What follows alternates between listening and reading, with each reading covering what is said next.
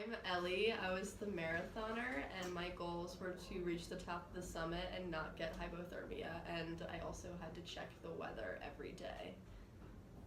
I'm Lauren. I was the photographer, and my goal was to stop for one day at either Camp 1 or 2 to take some photos. My name is Hayleigh. I was the physician, and my goal was to do research and to make sure that everyone was healthy and check everyone's health status every day. I'm Kyra. I was the leader, and my goal was to keep everyone together at least through Camp 4 and to keep everyone together in general and keep them from being rescued. What? I'm Ashante. I was the environmentalist, and my goal was to clean up Camp 4. So we would spend an extra day there, and I would convince everybody to help me clean it up and pack out the garbage. I'm Joey. I was the observer, and my job was to overlook the decision-making processes that we discussed and overcame throughout the simulation, and yes, essentially that. And then we succeeded as a group in many ways. I think the first way that we did was because we started a group chat, texting the first time we met as a group. And we figured out that wasn't working because Hayleigh wasn't getting the text messages, so we switched over to a Facebook group chat, which was a lot more convenient. Everyone was able to get notifications for it, and we figured out our meeting times. And then we thought that connected to systems because that was our idea of a system and the way that worked, and our idea of teamwork. And coordination, having to get everybody on the same page as far as communication goes, and then time-wise, picking a date and a time and a location that worked for everybody. What we did was we met up immediately after our class on Tuesday so that everybody could be in the same spot, and then we headed over to the library together, picked out a spot together, so there was no chance of anybody getting lost or not being clear, which is a really good way that we stayed connected. Everyone was definitely on the same page. There was not one person not responding or not one person taking charge of it, like you said. Just everyone was always all together throughout it. And everyone showed up. Mm-hmm. And that kind of ties to emotional intelligence. Everyone had a good attitude about it. Everyone was willing to work. No one came unprepared or without materials. Yeah. And once we were all together, we kept coming up with different ideas, and we would build off of each other with how to successfully do the simulation, and then after the simulation how we were going to put everything together.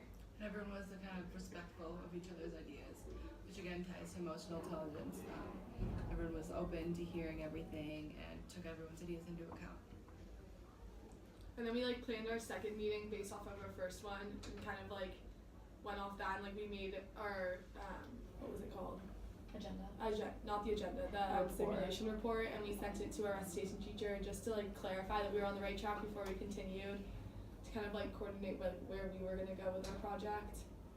Yeah, we had our second meeting on Thursday on the 2nd, and we just discussed our video, did the report, and got on the same page right before we did the simulation. I think, and we were we made sure before we started that everyone was on the same page. Even though we all moved on or made our own decisions, individual decisions, we all discussed what we were gonna do, and if we were gonna stay at Camp 2 or move on, or help. Yeah. Well, our initial plan was to stop at Camp 4 because we figured that that would be the most efficient time to make it to the top, and also that would have allowed us to fulfill your goal, which was to clean up Camp 4. But obviously that was not the case once we started the simulation. We went to the first camp, decided that we were all healthy enough and had enough supplies to make it to Camp 2. But once we got to Camp 2, we started to have problems, which is the first time that we started to stray from our initial plan. When problems started happening, I think that showed a lot of how we were all trying to work together, because when it came to dividing oxygen tanks, it was a huge conversation, because we all knew I was the leader. I said I had climbed the mountain multiple times before, so we kind of worked together to figure out that I maybe only needed 3 oxygen tanks, while I needed more. She needed more because she had health issues before that. So all also like being able to communicate before we all figured out each other's roles. Like we didn't just understand our role, we went around and we discussed everyone's roles so that we could like work through situations like that as the time went on, which made it a lot easier like to work as a group. Because if we hadn't shared each other's roles, like we wouldn't have known she had been sick before this whole hike, so we wouldn't have known to give her more oxygen tanks. So it was like really helpful and like good coordination, I think, on all of our parts. Yeah, we took the time to align our goals before we even started the simulation, and then continued to realign those goals and adjust as we went.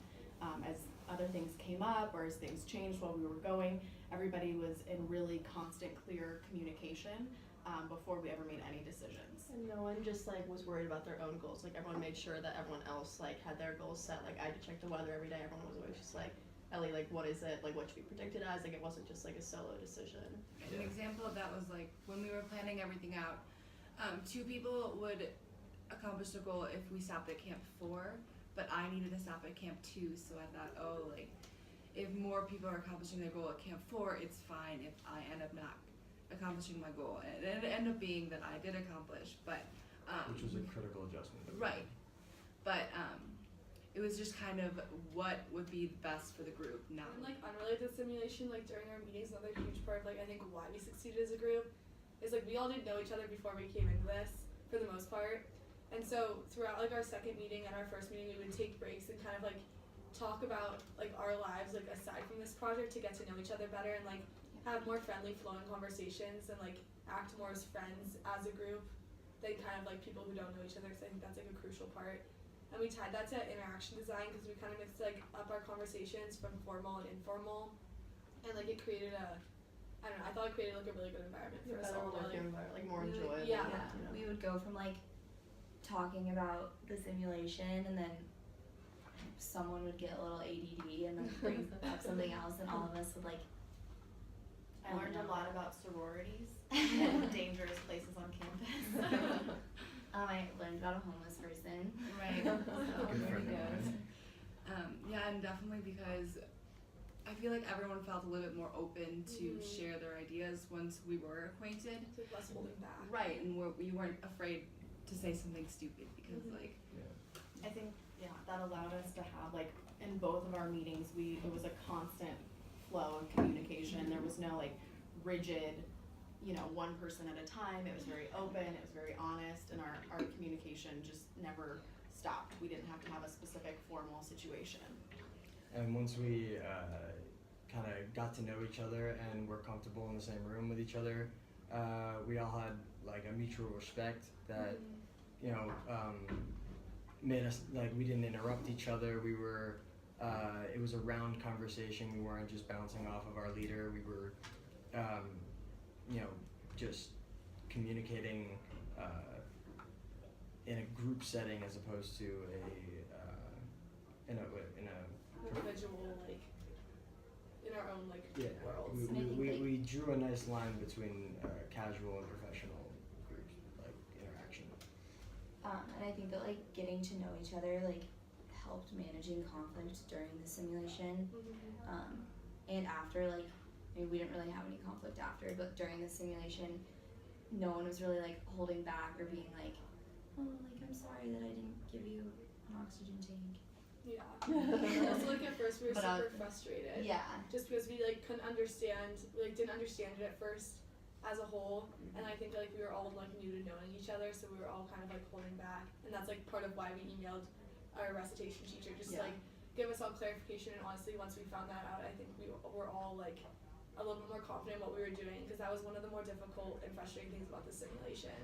And I think that plays into the group development where, you know, we didn't establish one norm and stick to that. We were able to change our norms and adjust our norms as confrontation or success or failure or whatever came to us. We let our group develop in a really natural way. And when the weather machine like broke, and it was one person's job to figure out what the weather for the next day was gonna be. It wasn't just her job. Like we all like looked at the charts and we all like kind of helped her figure it out. Just because I don't know, 6 minds are better than one. Like there was no blame put on like one person. Right. Like Yeah. 2 of us got rescued, but like no one was like, all right, well it was her fault. Like Yeah, you just yeah. throw it out the window. It was all like one team, and I think Yeah. like that's what it came down to. Like no one was like angry or frustrated. Like certain people got rescued. Like if one person got rescued, it was on all of us. Exactly. And I think we definitely displayed group ethics, especially for not having known each other for very long. Like, we had a really long discussion about the oxygen tanks, and like we kind of agonized over it. We were like, oh my gosh, like so and so needs this, so and so needs that, and we really like put a lot of time and effort and conversation into figuring out what we were gonna do. And the entire time, all of our goal was to make sure that we all made it to the top. And it was like we set aside our personal goals in that moment to make sure everybody was getting what they needed. And I think that was, again, like a display of ethics. Yeah, And teamwork. the And key there coordination. was our patience and our like we didn't want to rush through things and make decisions that could possibly benefit one of us but not benefit us as a group. So we like took the time to discuss each decision and make sure that it was the best for all of us. And we didn't, try and just get to the top of the mountain as fast as possible. We knew we had enough time to discuss and make ultimate decisions that would be best for all of us. And even though we did we did a really good job as a group, I think, working, even though we weren't super successful with our simulation, but I still think there's things we could have done differently. And one thing that was hard for us is our first room that we met in was the only one available in the library, and it was super small, compact, no windows, and I think all of us felt a little trapped in that room, so it definitely affected the way we could all communicate at first. That was one thing that could have changed if we had had more time in the future. If we could do this again. The design of the The design, just the environment we were in. It was such a room like this is dark, harder. small room. Yeah. and stuff. So it was hard to all stay super focused, but I thought we did a good job of it. That was just one thing that in the future we could do differently. Yeah. Do you guys think there's anything else we could have done differently in regards to the project and being a group? I think that we I don't know, I think that we did a really good job with this because we were just communicating so well, and I don't think that anything went necessarily wrong. I do think that the environment of the room was a little difficult because lighter rooms like this just increase everyone's energy. I didn't really think of anything else, but the only other thing I would say is if we could have had one more meeting maybe. yeah. But honestly our meetings were so long, we'd meet for an hour. This one's 2 hours. Yeah, and So I think that it was actually pretty efficient. We met for an hour before even planning the meeting. Yeah. As of this video. I think we did a good job of that. Maybe we could have had a video yesterday after we slept on it, but I think we did do a good job of reflecting and reviewing and I think it's good that right after we did the simulation, we did the simulation report. So because we were considering waiting until our next meeting, but I think that would have just clouded our decisions. That's fresh in our minds. And we also recorded it, which was also really helpful. So the whole simulation we have on recording. So if we ever felt we didn't remember something, we could always go back and see how we discussed it and see how we worked as a group, which was really beneficial, I think.